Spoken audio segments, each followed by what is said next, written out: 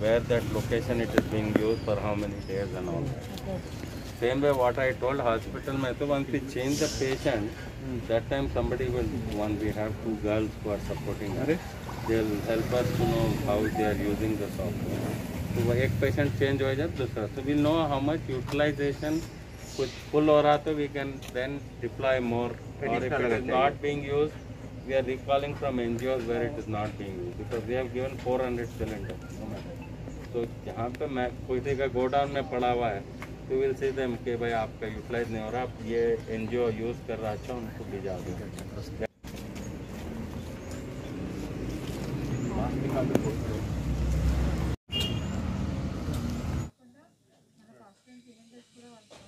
Front వారియర్స్గా మీరు పేషెంట్స్ని చాలా బాగా చూసుకుంటున్నారు. మీ వల్ల ఈరోజు నిజంగా కొద్దిగా గొప్ప ధైర్యం అయితే మాకుంది.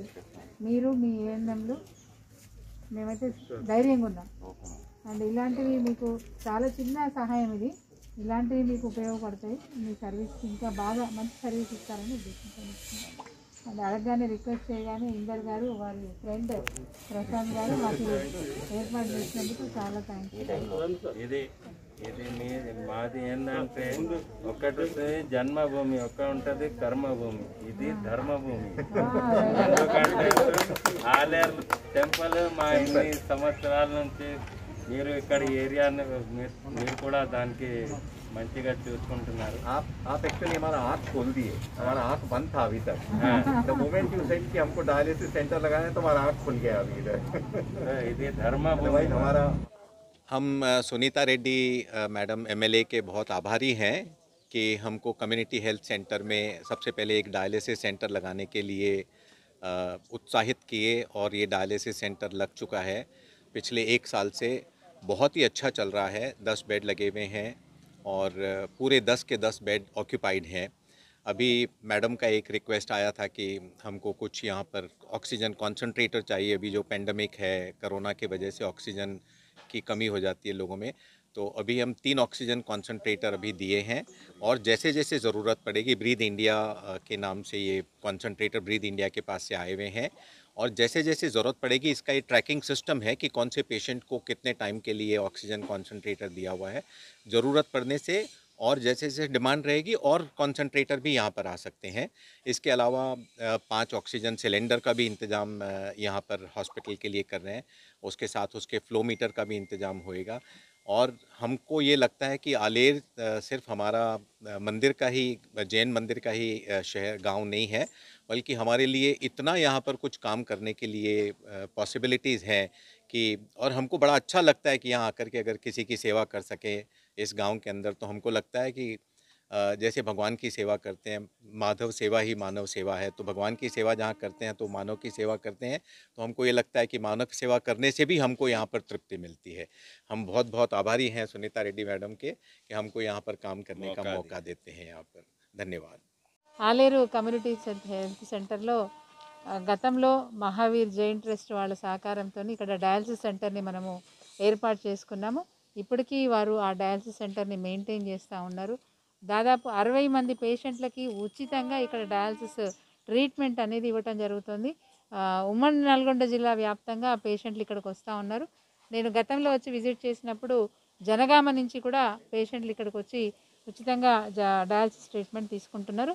మరి ఇంత గొప్పగా మనకు ట్రీట్మెంట్ అందించడానికి ఏర్పాట్లు చేసిన మహావీర్ జైన్ ట్రస్ట్ వారికి నేను ధన్యవాదాలు తెలియజేస్తూ, భవిష్యత్తులో కూడా ఎలాంటి సహకారం ఉన్నా చేస్తామని చెప్పారు. సో వారు ముఖ్యంగా ఇందర్ గారు మొదటి నుంచి కూడా ఇందర్ గారు మొదటి నుంచి కూడా మనకు పూర్తి సహకారం అందించారు.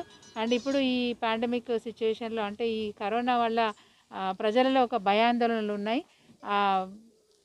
అసలు కరోనా వ్యాధిన బారిన పడకుండా ఉండడానికి అనేక చర్యలు ప్రభుత్వం చేపట్టినప్పటికీ కూడా ప్రజలు అప్రమత్తంగా ఉండి జాగ్రత్తగా ఉండి మరి వాళ్ళ ఆరోగ్యాన్ని వాళ్ళు కాపాడుకోవాల్సిన విషయం ఉంటుంది. తప్పనిసరి స్థితిలో బయటకు వచ్చినప్పుడు మరి కొందరికి కరోనా వ్యాధి సోకుతూ ఉంది. సోకిన వాళ్ళు ధైర్యంగా ఉండాలి, భయం చెందకుండా. మరి మన దగ్గర ఆల్రెడీ కేసీఆర్ కిట్స్ కూడా ఇస్తూ ఉన్నారు.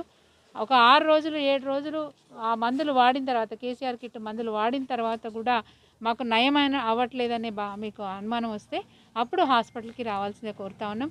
చాలామంది తెలియకుండా ఈ కరోనా పేషెంట్స్ ప్రైవేట్ హాస్పిటల్స్కి వెళ్ళిపోతూ ఉన్నారు. 4 లక్షలు, 5 లక్షలు, 10 లక్షలు ఈ విధంగా ఖర్చు పెడతా ఉన్నారు.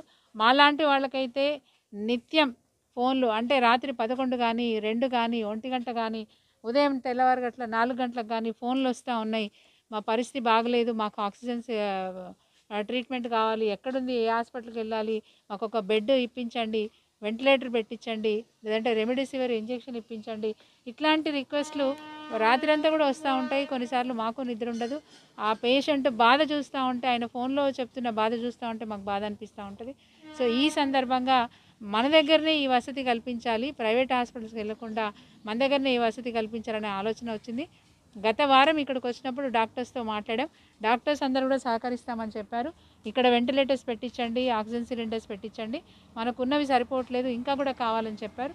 సో డాక్టర్స్ ఇచ్చిన ధైర్యంతో నేను ఇందర్ గారిని వాళ్ళ ట్రస్ట్ ద్వారా సహాయం చేయమని అడిగాను. సో వారి మిత్రుడు ప్రశాంత్ శ్రీమాల్ గారు మనకు సహకారం అందించారు.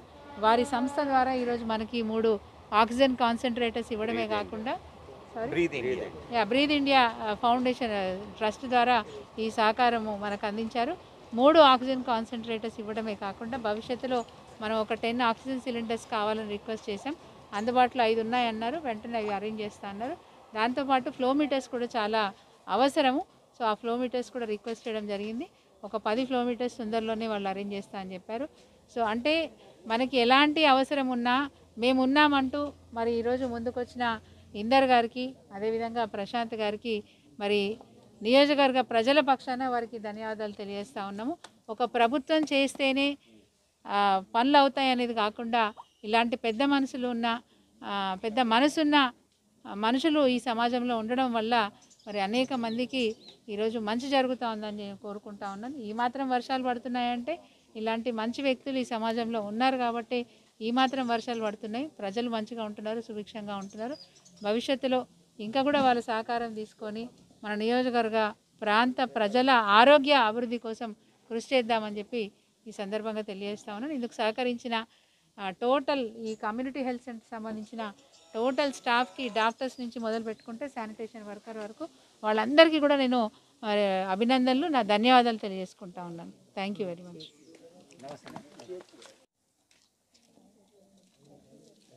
We will try our best to get